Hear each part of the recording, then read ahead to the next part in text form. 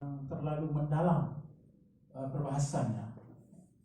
Cuma saya ingin hanya mengambil dari satu sudut sisi yang kalaupun bukan kepakaran saya, tetapi sedikit isu Christian Herald yang disebut dirujuk sebentar tadi.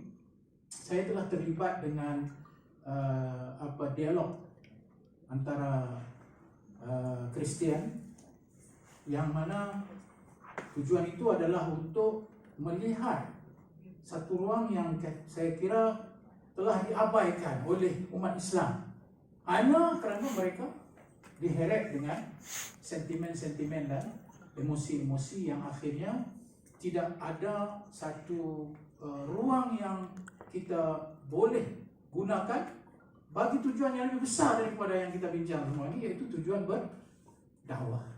Itulah saya punya bahagian yang saya akan kongsi. Saudara, kalau dilihat kepada konflik berdarah sepanjang tamadun manusia, yang paling banyak berlaku konflik berdarah ialah di atas peperangan agama. Atas peperangan agama.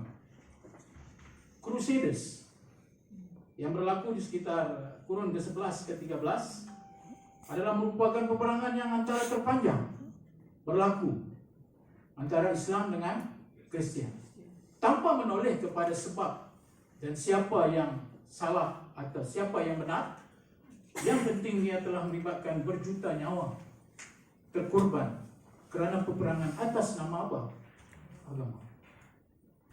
Keduanya di Eropah sendiri, peperangan yang berlaku di tengah Eropah dengan mazhab berbagai dalam Kristianiti sendiri berperang sesama mereka sehingga menyebabkan 4 hingga 8 juta yang menjadi korban di kalangan orang awam dan tentera. Peperangan pemisahan antara India dan Pakistan juga telah menyebabkan hampir 1 juta nyawa terkorban atas nama agama. Kita harus memberi keadilan bahwa bukanlah faktor tunggal menguasai peperangan itu, ada faktor geopolitik, ada faktor-faktor politik dan sebagainya. Namun tema besarnya ialah di atas semangat kebencian antara agama.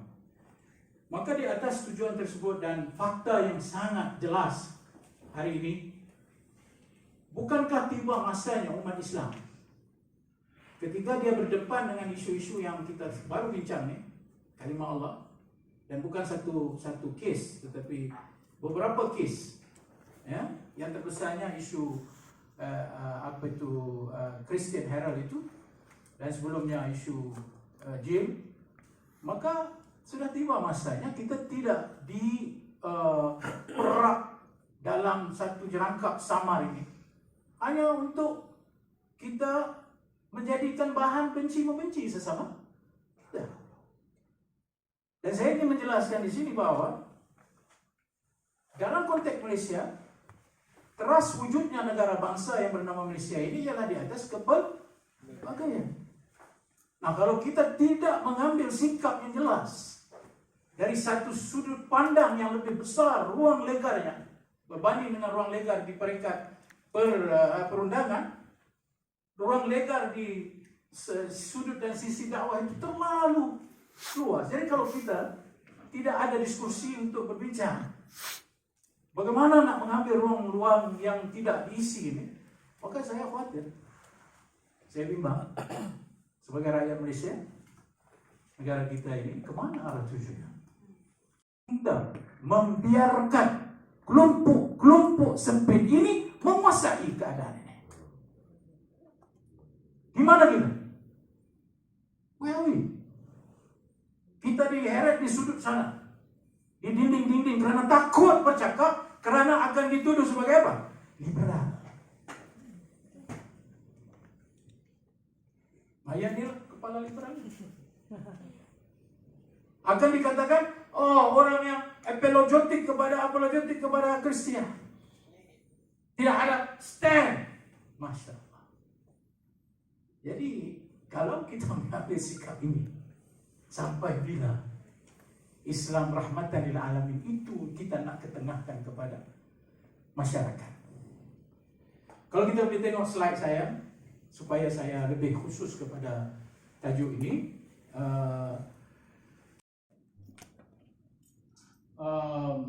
suasana yang melingkup tentulah yang berada di atas terkesan dengan isu ini dari sudut mereka lah yang paling merasa sangat prihatin kepada semua isu-isu yang berlaku ini adalah Majlis Raja-Raja, karena ia melibatkan soal Islam, yang mana mereka yang telah diberi amanah untuk menjaga dari sudut pentadbiran hubungan Islam dan apa sahaja yang ada simbol Islam.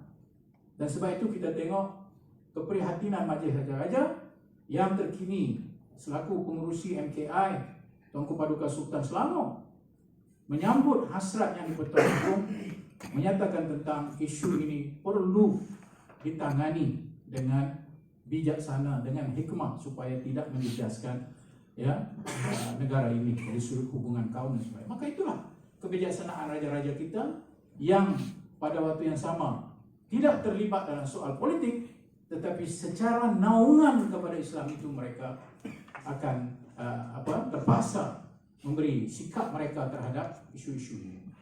Next. Adab yang terbaik dalam isu ini dan lain-lain isu ialah berdakwahlah dengan hikmah.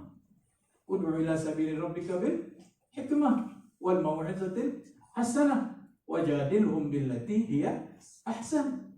Satu, berdakwahlah dengan jalan, menyuruh kamu kepada jalan Tuhan kamu. Jalan Tuhan kamu itu apa? Masya Allah, itulah jalan Allah.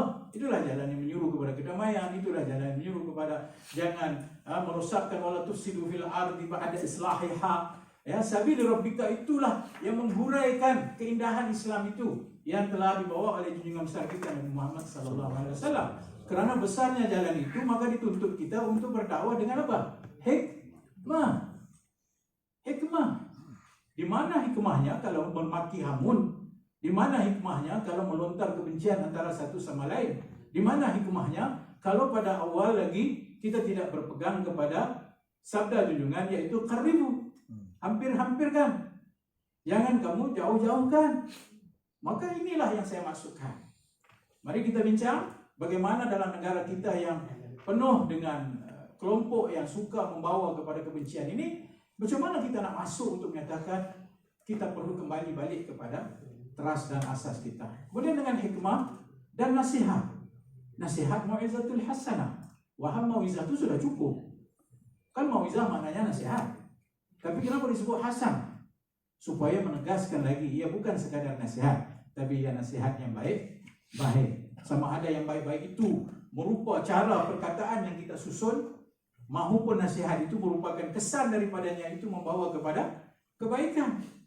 Itu yang dimaksudkan dengan mau'izatul hasanah. Nah, kalau terpaksa berjidal, ya Allah, berjidallah. Dan dikukuhkan lagi supaya tidak rosak adab tadi.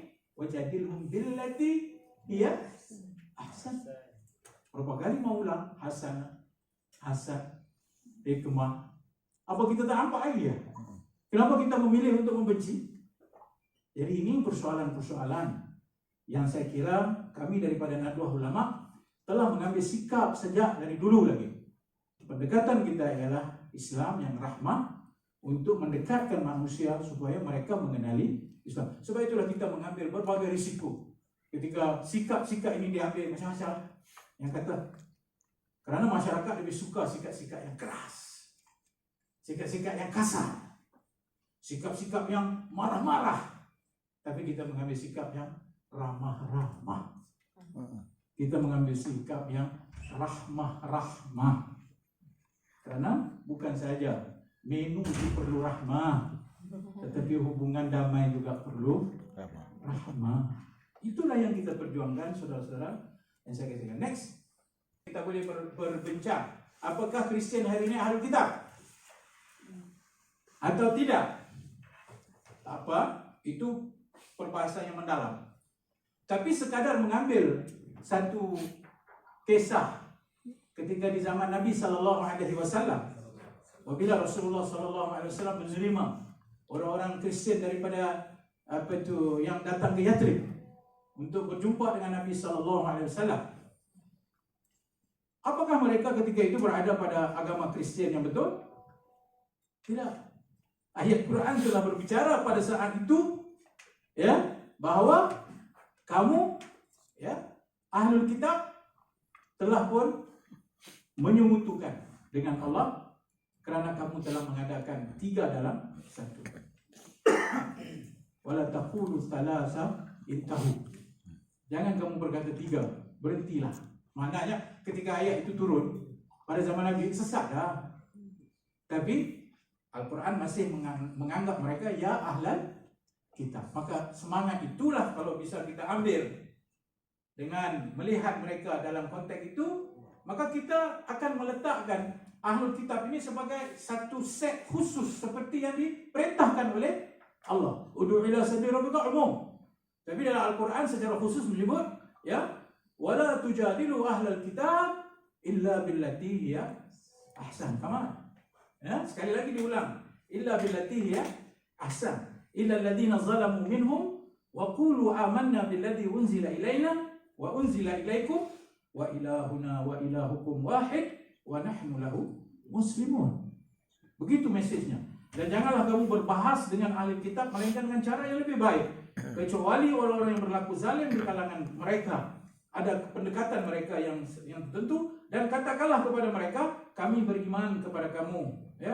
Kami beriman kepada Al-Quran yang diturunkan kepada kami, dan kepada Taurat dan Injil yang diturunkan kepada kamu, ya Allah. Kami beriman juga dengan Taurat dan Injil kamu. Kami juga beriman dengan Al-Quran. Apa masalah? Ya? Maka dengan mana itulah qadrul mushtarak ataupun common denominator yang menghubungkan antara kita dengan golongan ahlul kitab. Ya, pada kamu dan Tuhan kami, Tuhan kamu juga. Tuhan kami adalah Tuhan kamu juga, adalah satu. Kepadanya lah kami patuh dan menyerah diri. Masya Allah. Begitulah indahnya bahasa Al-Quran menggambarkan. Wala tujadilu ahlul kitab illa billati hiya ahsan. Masalah isu kalimah Allah ni, berapa orang yang ambil ayat ni untuk pergi ketuk, kemudian wala tujadilu illa billati hiya ahsan. Berapa orang? Mereka lebih suka mau membakar Injil. Berhimpunlah, ya, seluruh negara memberi amaran, Injil akan dibakar, gereja kamu akan dibakar. Mereka lebih suka itu. Tapi orang yang pergi ketuk pintu gereja, maka digelarlah ini orang liberal, ini orang yang menjual agama. Kita ada step. Dan saya telah merakamkan sedikit pengalaman ini dalam buku Berdialog dengan Gereja. 2 minit.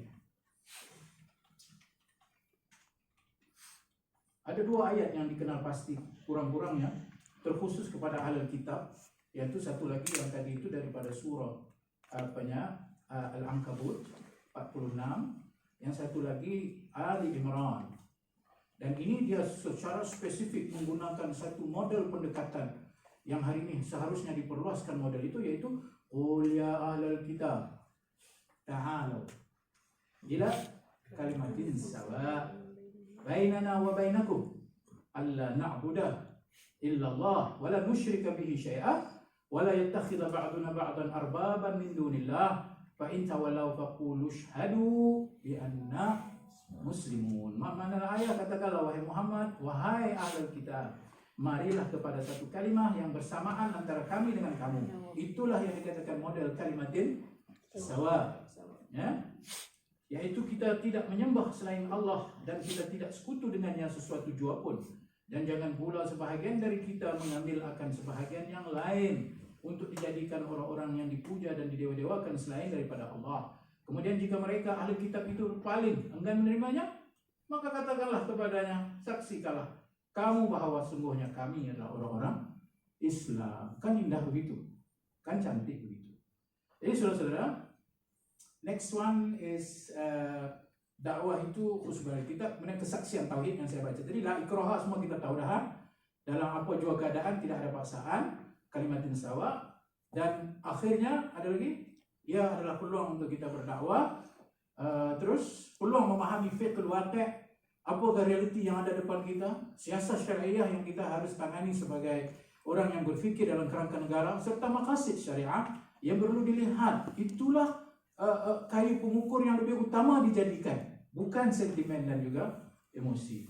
Dan kita kena ingat akhirnya, apa sahaja kegairahan kita terhadap dakwah, kita harus terus berpegang kepada kenyataan yang Allah ulang sekurang-kurangnya 2 kali menyatakan hakikat ini. Satu di dalam surah Hud, yaitu walau syaa rabbuka laja'ala an-nasa ummatan wahidah wa la yazaluna mukhtalifin illa man rahima rabbuk walidzalika khalaqahum wa tammat kalimatu rabbika la amla'anna jahannama minal jinnati wan nasi ajma'in.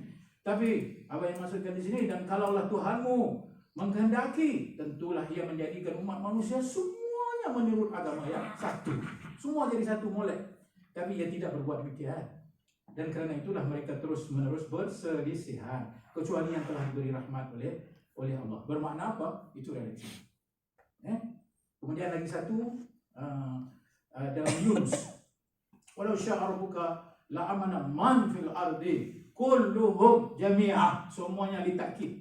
Kalau dikehendaki Tuhanmu, maka akan berimanlah semua yang di bumi dan semua mereka ini, seluruh umat manusia beriman jika Tuhanmu menghendaki.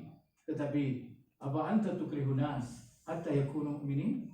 Apakah kamu mau memaksa orang sehingga semuanya mau jadi orang yang beriman? Ayat ini turun sebenarnya ketika Rasulullah SAW berduka. Kenapa mereka tidak beriman dengannya? Lalu Allah mengatakan, no. The fact of the matter is that you are created to see differences of faith, and while you see that, ud'u ila sabili rabbika bil hikmah. Jadi saudara, itu saja yang saya nak sampaikan. Last slide itu dia tulis apa ya? Peluang untuk mempromosikan rahmatan lil alamin. Kan inilah peluang kan? Kita nak promote rahmatan. Itulah dakwah namanya. Terusnya, peluang berhadapan dengan kelompok hulu. Kita jangan takut dengan kelompok hulu ni. Ni geng-geng takfiri ni. Geng-geng yang keras ni. Geng-geng yang merasa dia hebat, dia saja tahu Islam, orang lain tak tahu Islam. Kenapa kita boleh jetik dengan mereka? We should face them. We should face them with courage, with knowledge. Not just courage, but also with knowledge. Hulu don't have knowledge. Kita will have with knowledge. So, ni tiktokers ni. Jangan kamu apologetic. Kamu harus menyerang. Kerana mereka ini kalau tidak diserang, mereka akan merasakan mereka yang menguasai keadaan. Tiktokers pun nak cakap kena demo lah. Jangan kamu pun macam mereka juga. Seterusnya, sebab kita tak bodoh atas sini. kita relax. Kemudian kita cuba laksanakan satu konsep yang sangat besar, iaitu at-ta'ayyush as-silmi, hidup dalam keadaan aman damai, peaceful coexistence. Saya rasa itu yang akhirnya tu. Ada lagi? Baik, Assalamualaikum warahmatullahi wabarakatuh. Saya sebenarnya tidaklah nak bertanya, tapi ada pandangan lah.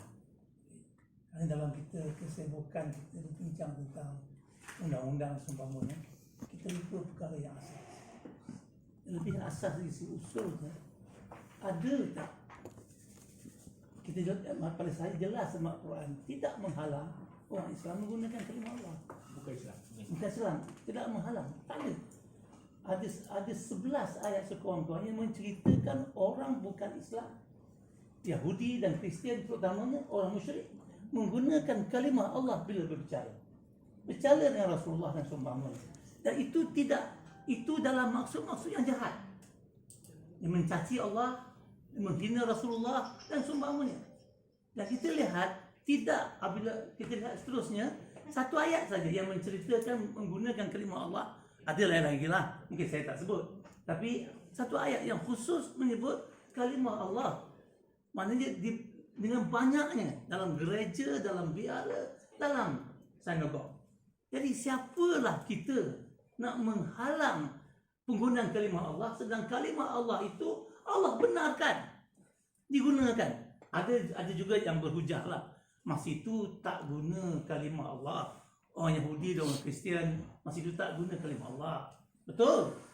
Tapi yang menterjemahnya kepada kalimah Allah ialah Allah Rabbul Jalil. Bukan siapa-siapa. Siapa kita manusia ni di Semenanjung pula tu khusus nak menghalang orang menterjemahkan kalimah apa juga yang merujuk kepada Maha Pencipta. Kita tak ada hak sebenarnya. Kita berasa je ada hak, tak ada hak sebenarnya. Itu hakikat. Okey? Dan ini bila dah jelas di Al-Quran, bila dah jelas Rasulullah pun tidak menghalang, saya mencabar kalau ada siapa-siapa boleh bagi satu ayat, kalau tak ada ayat, satu hadis yang di mana dihalang penggunaan kalimah Allah. Kalau tak ada, cukup. Full stop. Kerana lepas itu kias kalau benda yang tak berlaku. Ya, kalau kita nak kata kias tak berlaku dalam hal ini kerana telah putus. Fakat jelas kata ini tidak ada halangan dalam Al-Quran, dalam hadis, dalam sunnah untuk orang bukan Islam menggunakan kalimah Allah. Betul kalau dia mengguna untuk menghina. Kalau dia mengguna untuk menghina kalimah Allah, kesucian kalimah Allah, itu memang ada hak untuk pemerintah untuk maknanya menghalang. Tapi itu spesifik case lah. Spesifik case, bukan sampai kita menafikan hak yang diberi oleh Allah Subhanahu Wa Taala. Ini ingat itu ya. Kita tak boleh campur urusan agama lain. Maknanya lakum dinukum waliyadin. Bagi kamu agama kamu, bagi aku agama aku. Bagi kamu amalan kamu, bagi kami amalan kami. Tak ada, kita tak boleh campur. Itu hak yang Allah telah garanti. Dan kita tak boleh paksakan. Okay, kita tak boleh paksakan kepercayaan kita kepada orang lain. Itu hak yang Allah dah bagi daripada azali, daripada awal lagi. Kenapa kita nak langgar benda? Tak kiralah apa-apa juga yang berlaku di Malaysia itu cerita lain. Kita kena balik pada apa yang fundamental lah, pada yang asas. Cukup dulu kot. Saya boleh tambah lagi banyak, tapi rasanya kena bagi orang lain jugalah. Okey, terima kasih.